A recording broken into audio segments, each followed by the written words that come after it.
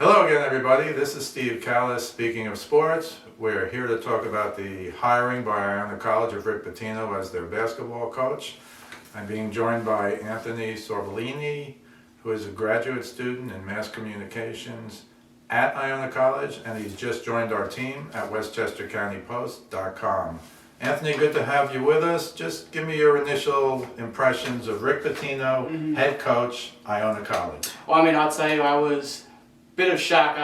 Good friend of mine, Jeremy, also in my program too. He was messaging me yesterday on Instagram as I was driving home.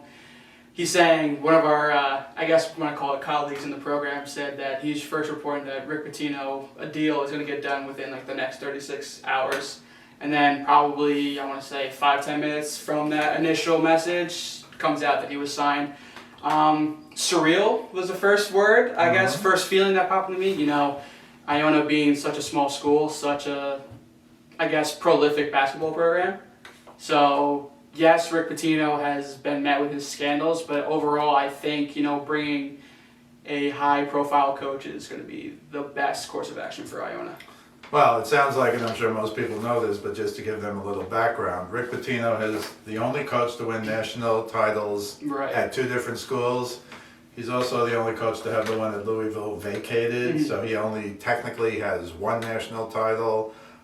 He's had some issues going all the way back to Hawaii in the 70s when he was a grad assistant and was found to have committed some violations of NCAA rules. We know some of those rules are picky, but after eventually coaching at Providence, he coached at Kentucky, won a national championship. He coached both the New York Knicks and the Boston Celtics. Didn't do so well there. Then he went to Louisville, where he had great success on the court and had a lot of problems off the court. Yeah. Tell me if the students care about any of the following. There was that sordid 2003 tryst with a woman, not his wife. He was married with 5 kids. He testified at a trial that he had sex with a woman in less than 15 seconds on a table in a restaurant. That was at her extortion trial because she tried to extort money from Rick, but obviously from Rick Pitino. But obviously it was very sordid, very embarrassing, very disgusting, quite frankly, if you're married with 5 children. And that was the off-the-court problem. But he also had multiple violations. The first one, of course, was when he had he said he had no knowledge of it, but his top assistant had gotten strippers to perform for recruits, and there were supposedly some sex acts, etc. And then the thing that really ended it for him at Louisville, as you know, is that pay for play, when the parents of one of the top recruits in the country were supposedly given $100,000 or promised $100,000 and given some money, and that was really the final straw for Louisville. And he was fired in October of 2017. And I guess my question to you would be, taking all of that into account, coupled with the fact that they still haven't decided the penalties for Louisville from those actions in 2017, the NCAA, if nothing else, works slowly.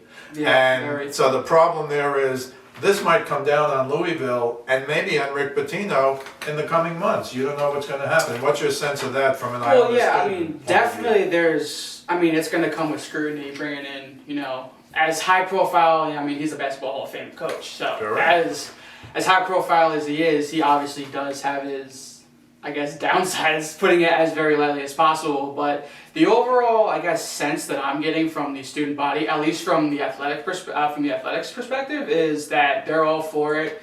I'm not condoning anything that he did was right. I believe it's disgusting. It's not right at all.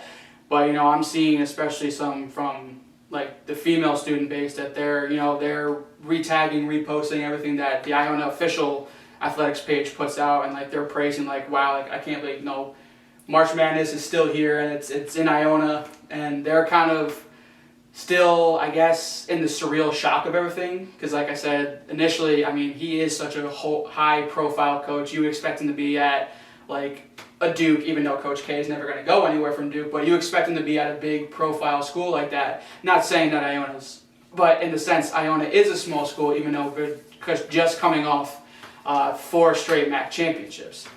Right, and that was, of course, Tim Cluse, who was sick this past year and they had a bad year. I just want to read you the quote from Rick Pitino himself now that he has this job and give me your thoughts on this. He signed a 5-year contract for less than Kallas was making, which was $1.1 million per year. So let's say 5 years, $1 million a year. Right. But here's what he said, Rick Pitino, in a statement released by Iona College, quote, "My passion in basketball started in New York and will end there at Iona College." Now, what are the chances Iona goes 24-6 next year and Rick Pitino sticks around after that? Do you believe he'll fulfill his 5-year commitment, because he seemed to have some problems filling his commitments in the past? No, I don't see Coach Pitino staying with Iona whatsoever, especially if there is a good year next year. I would say if they go on to win the MAC, and then, if they pull out 1 or 2 possibly wins in the tournament, I would see, then the bigger schools are going to start looking at him, and he's going to go, because that's where the money is. I see him. He says it in the quote that he would love to, New York guy wants to stay, but I see this as kind of his foot back in the door, since he was coming back from Greece. This is his first college coaching job, so this is him getting back in the door, showing other teams, other high profile programs that he's made himself better in a way. He's not gonna fool me once, shame on you, fool me twice, same thing. So it's kind of his foot in the door, getting ready to show everybody that he's back. So he is a New York kid. He's from Long Island. He went to Oyster Bay High School. And again, has coached the Knicks. He's been around forever. And I don't want to make light of his coaching. He's a Hall of Fame coach, as you said. Right. He has over 700 wins, except I think they might have deducted some from I Louisville. believe 143 were vacated. So I don't know really what that means. Vacating wins, vacating championships. We talked about the Houston Astros. They should vacate their World Series. Yeah, I mean, going off of that, I don't see the Astros is completely different, but in terms of college, vacating the wins, I mean, as something as not condoning this, right, for something as just, bringing in strippers just to get guys to come and get recruiting. Listen, we all know the NCAA is shady, especially in terms of recruiting. It's just kind of a matter of everybody's hands in the jar. It's just a matter of who gets caught. Well, there's no doubt he's going to be he is always has been one of the best recruiters in the country. Right.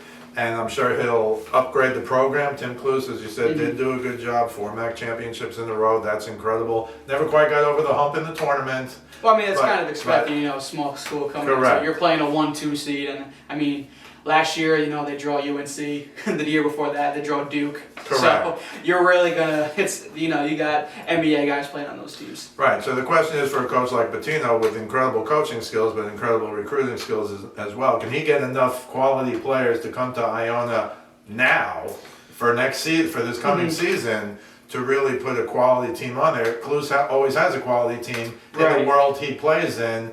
And Pitino, at least in theory, might be able to take them to the next level. I mean, it's definitely hard to see, because you have to look, especially in the parents' minds, because they're kind of whispering into their kids' ears, he's had scrutiny in the past. Do you want to go play for a guy like this, to where, he's going to be your coach for, we'll say, the next 4 years while you're in school? But then who's to say that he does have this infamous past? Who's to say that he won't repeat his ways and then he could be out within a year and a half? So there's going to be, yes, he's going to go out there, try to get the big names, but they also have to think for themselves in terms of one and dones now. Well, speaking as a parent, I had a couple of kids who did play some sports in college. I would be a little wary myself. There's no doubt about his coaching ability. There's no doubt about his recruiting ability, but you just have to, I think, give it at least a second thought before you decide to come play basketball at Iona. I have no doubt he's going to be successful, and we'll see how the student body takes to that. But I understand that you're saying the general belief among at least the students you've seen on social media or spoken to is, go Iona, we're going to win a lot of games now. Yeah, I mean, just piggybacking off of this year, we brought in highly touted Isaiah Washington from Minnesota, and the games have been a madhouse, and I can only imagine they're going to get even crazier next season with adding Rick Pitino. Well, we'll just have to see what happens. This is Steve Kallas and Anthony Sorbellini. Speaking of sports, we'll see you the next time.